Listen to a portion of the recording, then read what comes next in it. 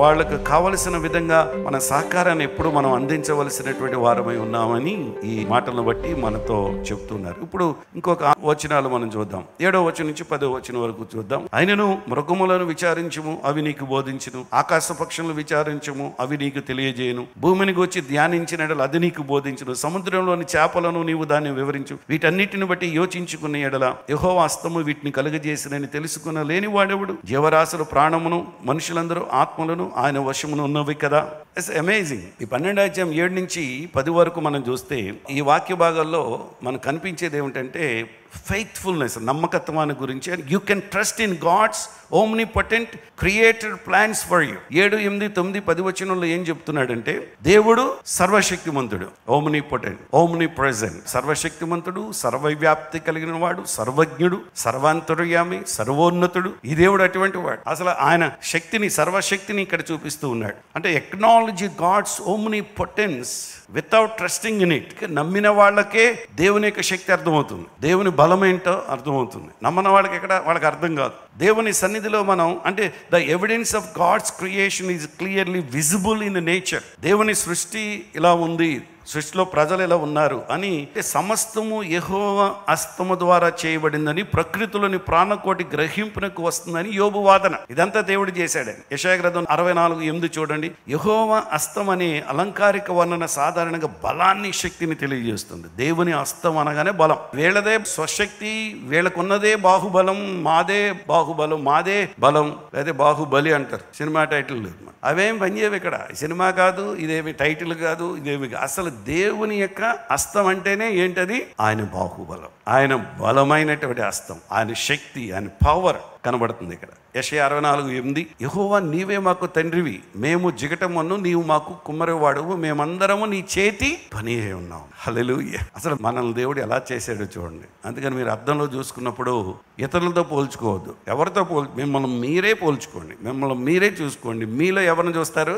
నాలో నా భార్యను చూసుకుంటాం, లేకపోతే నాలో నా పిల్లలను చూసుకుంటాం, నాలో మా మనవాళ్ళని చూసుకుంటాం. అది సహజం అది. కానీ మనం ఎవరి పుట్టిన విధం, మన తల్లిదండ్రులు చూస్తాం, లేకపోతే కానీ మనల్ని మనం చూసుకున్నప్పుడు ఎంత చక్కగా నీవు నన్ను నిర్మించావయ్యా, నీ చేతి పని ఎంతో గొప్పది అని దేవుడు ఆ మాటను ఇక్కడ చెప్తున్నాడు. ఇంకొక వచనంలో 1 దినవృత్తాంతములు 29:11 కూడా చూడండి. యెహోవా భూమి ఆకాశముల యందుండు సమస్తమును నీ వశము, మహత్యమును, పరాక్రమమును, ప్రభావమును, తేజస్సును, ఘనతయు నీకే చెందుచున్నది. యెహోవా రాజ్యము నీది, నీవు అందరి మీద నిన్ను అధిపతిగా హెచ్చించుకొని ఉన్నావు. గొల్లపూడి సమాజంలో దేవుని రాజ్యాన్ని గురించి మొదలుపెట్టాను.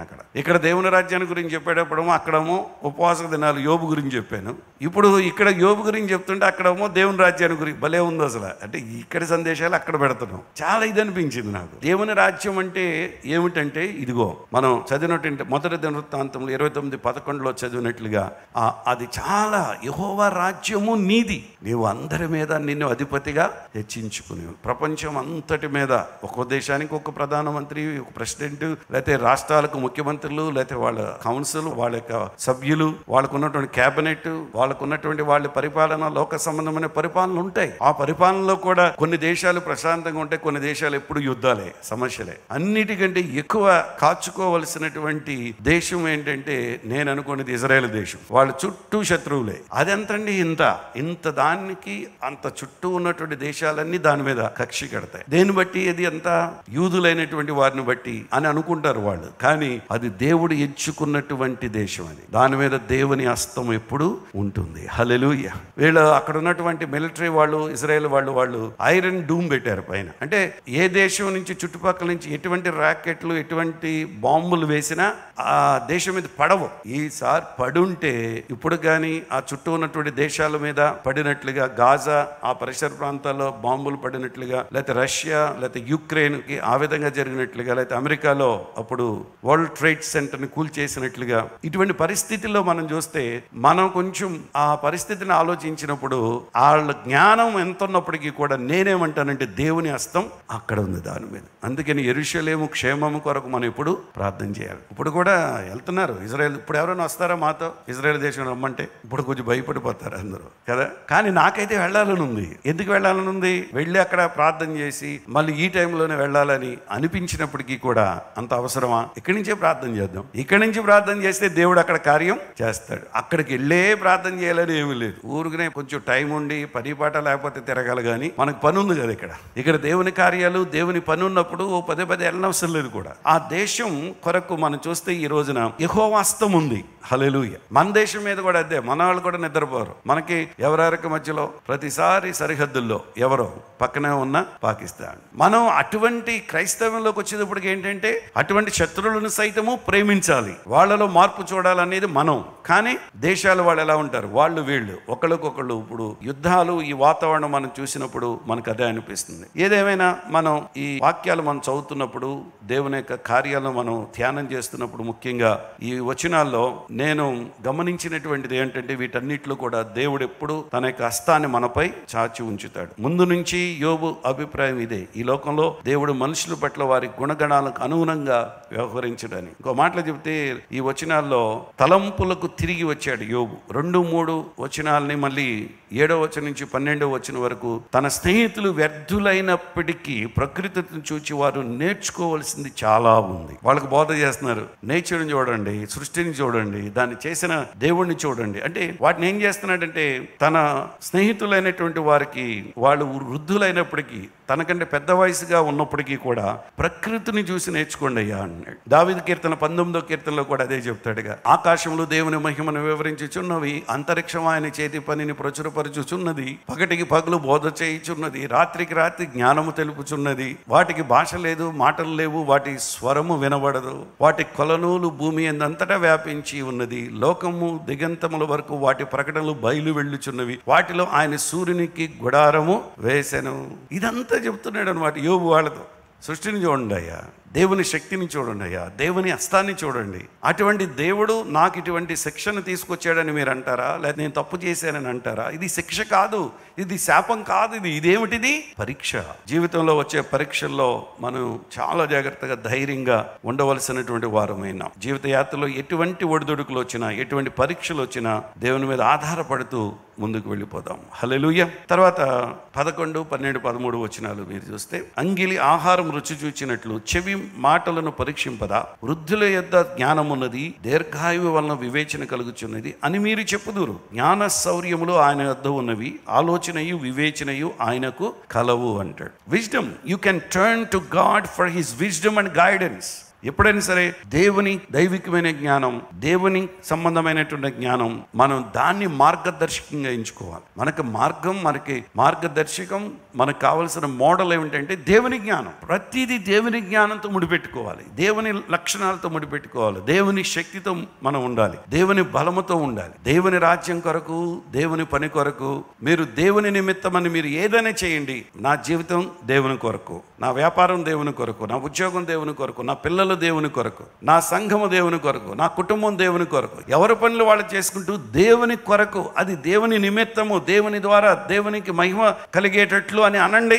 ఆ మార్పు వేరుగా ఉంటుంది. అదే అంటాడు అక్కడ. దాంట్లో ఇక్కడ ఏమన్నాడంటే, నిరీక్షణ లేకుండా జ్ఞానానికి మూలం దేవుడిని గుర్తించడానికి యోబు ఇక్కడ చెప్తూ ఉన్నాడు. Spirit led elders can be source of God's wisdom. గొప్ప జ్ఞానవంతులు ఎవరో చెప్పమంటారా? వివేచన కలిగిన వారు ఎవరో చెప్పమంటారా? సంఘములో ఎన్నో సంవత్సరాల నుంచి బలపడి, ఎన్నో సంవత్సరాల నుంచి ఉన్నటువంటి పెద్దలు, వాళ్ళని ఎలా చూడాలంటే, వాళ్ళను మనం ఏ విధంగా చూడాలంటే, వాళ్ళకున్న జ్ఞానాన్ని, వాళ్ళు దేవుడు నడిపించింది, వాళ్ళ పట్ల దేవుడు చేసింది ఎన్నడూ మర్చిపోకూడదు. అందుకే ఇది అన్నాడు ఇక్కడ. మీరు పెద్దవాళ్ళనయ్యా, నాకంటే పెద్దవాళ్ళు నా స్నేహితులే, కానీ మీకు జ్ఞానము ఉండాలి. ఆ జ్ఞానము మీరు ఎలా ఉపయోగిస్తున్నారు? మీ సొంత జ్ఞానంతో మాట్లాడుతున్నారు. అది కాదు, దేవుని జ్ఞానం చొప్పున మాట్లాడండి. దేవుని యొక్క సృష్టిని చూడండి, దేవుని యొక్క ప్రకృతిని చూడండి, దేవుడు చేసిన విధానాన్ని చూడండి అని వాళ్ళకు బోధిస్తున్నాడు. ఇంకో మాటలు చెప్తే వాళ్ళు చిన్న ప్రసంగాలు చేసి కూర్చున్నారు. ఈ యోబు గారు ఏకంగా చాలా వివరణ ఇచ్చాడు. పెద్ద ప్రసంగికుడే, అంటే బాధల్లో కూడా మాట్లాడే అనుభవం కలిగి ఆ అనుభవంతో మాట్లాడుతూ ఉన్నాడు. నేను ఎక్కడ చదివాను అది. వాళ్ళు చెప్పిన చిన్నదానికి ఈయన చాలా వివరణ ఇచ్చాడు. ఒక మాటతో పోవలసింది ఒక పీటి కొట్టి అటు కొట్టాడు. కర్ర ఎరగదు, పాము సావదన్నమాట. ఒక్క దెబ్బతో పాముని ఎలా కొడితే చంపాలో తెలిసి తెలిసిన వాళ్ళకి గురు. మనలాంటి వాళ్ళకి అనుకోండి, కొడతాం, అటు కొడతాం, ఇటు కొడతాం, ఇది అటు వెళ్తుంది, అటు మన రాదు ఇంకా మనకి అది. అందుకని కరెక్ట్గా తెలిసి ఉండాలి అంటాడు. అది జ్ఞానాన్ని ఇక్కడ ఉపయోగిస్తున్నాడు. అంటే the wisdom of elders must still be tested against God's word. పెద్దల యొక్క జ్ఞానం ఇప్పటికీ దేవుని వాక్యానికి వ్యతిరేకంగా పరీక్షింపబడుతుంది. ఇక్కడ పెద్దల యొక్క జ్ఞానం ఎప్పుడు ఎలా ఉండాలంటే, దేవుడు కరెక్ట్ ఇక్కడికి వచ్చి మాట్లాడా, దేవుడు వచ్చి మాట్లాడుతున్నట్లు ఉండాలి. ఆమేన్. అంటే అటువంటి కాన్వర్సేషన్, అటువంటి సంభాషణ ఉండటం వల్ల అది గొప్ప బ్లెస్సింగ్ అవుతుంది. When you lakh wisdom seek it out from God. అదే కదా మనందరం యాకోబు 1:5 మీలో ఎవరికైనా జ్ఞానము కొద్దువుగా ఉన్న ఎడల అతడు దేవుణ్ణి అడగాలి, అప్పుడు అది అతనికి అనుగ్రహింపబడును. ఆయన ఎవరిని గద్దింపక అందరికీ ఎలా ఇస్తాడంట? ధారాళంగా. హల్లెలూయా. ధారాళంగా ఇచ్చేస్తాడు. మా అమ్మ అలాగే ప్రార్థన చేశాడు, నా కుమారుడికి జ్ఞానం ఇవ్వు ప్రభువా. సొలొమోనుకి ఇచ్చిన జ్ఞానాన్ని ఇవ్వు నాయన, మోషేకి ఇచ్చినట్టుగా ఇవ్వు నాయన, మోసెస్ గారిని వాడుకున్నట్లుగా వాడుకో ప్రభువా. పోతుంది ఆ ప్రార్థన, ఎక్కడికి పోతుంది. దేవుడు విన్నాడు. ఇందాక సుధీర్ మోని దగ్గరికి ముందు అటు బాడీ దగ్గరికి వెళ్ళి వాళ్ళ దగ్గరికి వెళ్ళటం కుదరదని చెప్పి ముందు ఇటు వెళ్ళి వాళ్ళు కూర్చుని అక్కడ నిద్రపోతా ఉంది ప్రశాంతంగా. కొంచెం కూర్చున్నాం రూమ్లోకి వెళ్ళి. తర్వాత మరి ఏం చేద్దాం అంటే పాస్టర్ గారు మెల్లిగా తలమే చేయిపెట్టు లేస్తుంది అన్నాను. మెల్లిగా అలా అనగానే ఒకసారి లేచి మా ఇద్దరిని చూసి కూర్చుంది చక్కగా. నాకు చాలా సంతోషం అనిపించింది. అట్లా వెళ్ళి విజిట్ చేసి వాళ్ళకి ప్రార్థన చేసి అలా వచ్చినప్పుడు దేవుని సన్నిధిలో ఎప్పుడు అదిగో అటువంటి ప్రార్థనలు ఏమైనా ఏం జరిగినా దేవుని కొరకు దేవుడు ఇంతవరకు నడిపించాడు. ఒకదాని తర్వాత ఒకటి వస్తుంది, ఒకదాని తర్వాత ఒకటి జరుగుతుంది. వీటన్నిటిలో దేవుడు మెరకల జ్ఞానం అన్నమాట. దేవుని యొక్క ఆ జ్ఞానముతో, దేవుని యొక్క వివేచనతో, దేవుడిచ్చినటువంటి దాంతోనే అది ఉంది. అంటే when you lake wisdom seek it out from God. మన పిల్లల కొరకు అలా మనం ప్రార్థించాలి. దేవుడిచ్చినటువంటి సంతానం కొరకు వాళ్ళకి జ్ఞానం కలగ చేయ ప్రభువా అని మనం ప్రార్థన చేయవలసినటువంటి వారమైన. అలా ప్రార్థన చేయటం ద్వారా దేవుడు మన ప్రార్థనలు ఆలకిస్తాడు. దేవుడు మన ప్రార్థనలు ఆలకించి మనకు కావలసిన జవాబులు అనుగ్రహించి నడిపిస్తాడు. 11, 12, 13 వచనంలో కూడా మీరు చూస్తే యోబు తార్కిక ప్రశ్న కేవలం జ్ఞానం ఒక్కటే సరిపోదు. ఎవరైనా కానీ తాము వినిన దానిని జాగ్రత్తగా పరీక్షించాలి. జ్ఞానము గలవారం అంటున్న తన ముగ్గురి స్నేహితులు మెరుగైన సలహాలు చెబుతారని యోబు ఎదురు చూశాడు. 2వ వచనంలో అదే కదా ఏమంటాడు?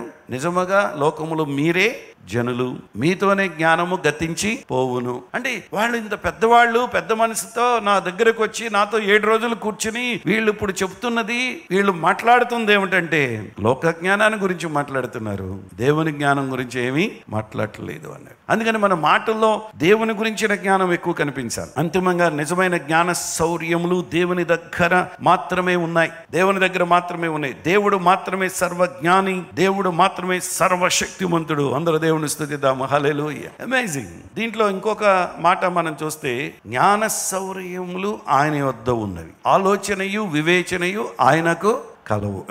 నాకు మళ్ళీ దేవుడు ఇంకా డిఫరెంట్గా, ఇంకా మనమైతే జరగు, మనమైతే స్లిప్ అవుతాం, మనమైతే ట్రాక్ తప్పుతాం, ఒకసారి మన ఆలోచన మతిమరుపు, ఒక్కోసారి మనం ఇంకోటి అవుతాం. కానీ దేవుని ఆలోచన, దేవుని జ్ఞానం, దేవుని యొక్క చిత్తం ఉంటే మనం కరెక్ట్గా దేవుడు నడిపిస్తాడు. హల్లెలూయా. అంటే దేవుని సన్నిధిలో మనం అది ప్రార్థించాలి. మేము అదే ప్రార్థన. ఇక్కడేమో దేవుడు మహాజ్ఞానాన్ని, అధిక శక్తి సంపన్నుడని, సర్వోత్కృష్టమైన సత్ప్రవర్తన సాధించడానికి ఆయన మార్గాలు అతి శ్రేష్టమైనవని, ఖచ్చితమైనవని మనం నమ్మాలి అంటాడు. 9:4, 36:5 ఇవన్నీ చాలా రెఫరెన్సులు ఉన్నాయి. మీరు యెషయా గ్రంథం 40:26, దానియేలు 2:20, రోమాపత్రిక 16:25, రోమాపత్రిక 8:28 ఇవన్నీ మనకు తెలిసిన వాక్యాలే. దేవుడు సమస్యలు లేని జీవితాన్ని వాగ్దానం చేశాడని విశ్వాసులు ఎన్నడూ తలంచకూడదు. యోబు గ్రంథం అయ్యే లోపుగా మన అందరూ ఎలా అయిపోవాలంటే ఏదైనా రాని, ఏమైనా జరగని, మోని ఆ మాట అంది దానికోసం, ఏమైనా కానీ ఏదైనా జరగని, ఇంతవరకు సజీవంగా ఉంచినందుకు దేవునికి స్తోత్రం.